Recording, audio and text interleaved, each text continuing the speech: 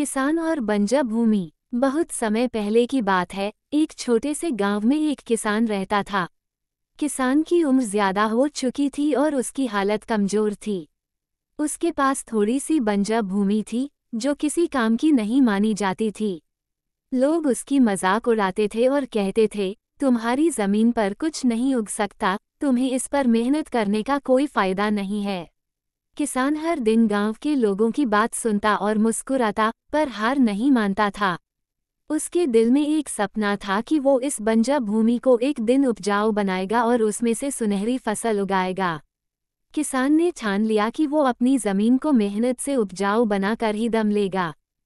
पहले दिन से ही उसने जमीन को खोदना शुरू कर दिया। हर दिन वो मिट्टी को उलट पुलट करता, पत्थर हटाता और घास फूस निकालता।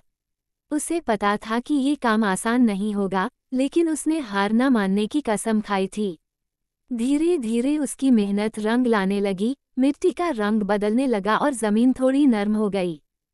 गांव वाले अब भी उसे हंसते हुए देखते थे, लेकिन किसान परवाह नहीं करता था।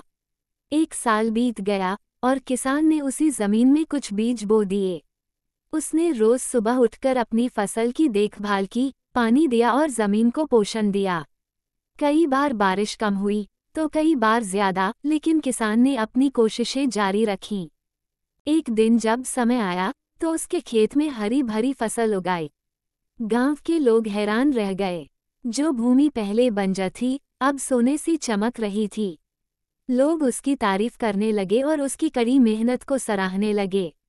उस किसान ने साबित कर दिया कि अगर दिल से मेहनत की जाए तो बंजर भूमि को भी उपजाऊ बनाया जा सकता है। इस कहानी से हमें ये सीखने को मिलता है कि चाहे कितनी ही मुश्किलें क्यों न आएं, अगर हम अपने लक्ष्य के प्रति समर्पित रहते हैं और बिना हार माने प्रयास करते हैं, तो सफलता निश्चित रूप से मिलती है। मेहनत और धैर्य ही किसी भी चुनौती को पार करने की कुंजी है।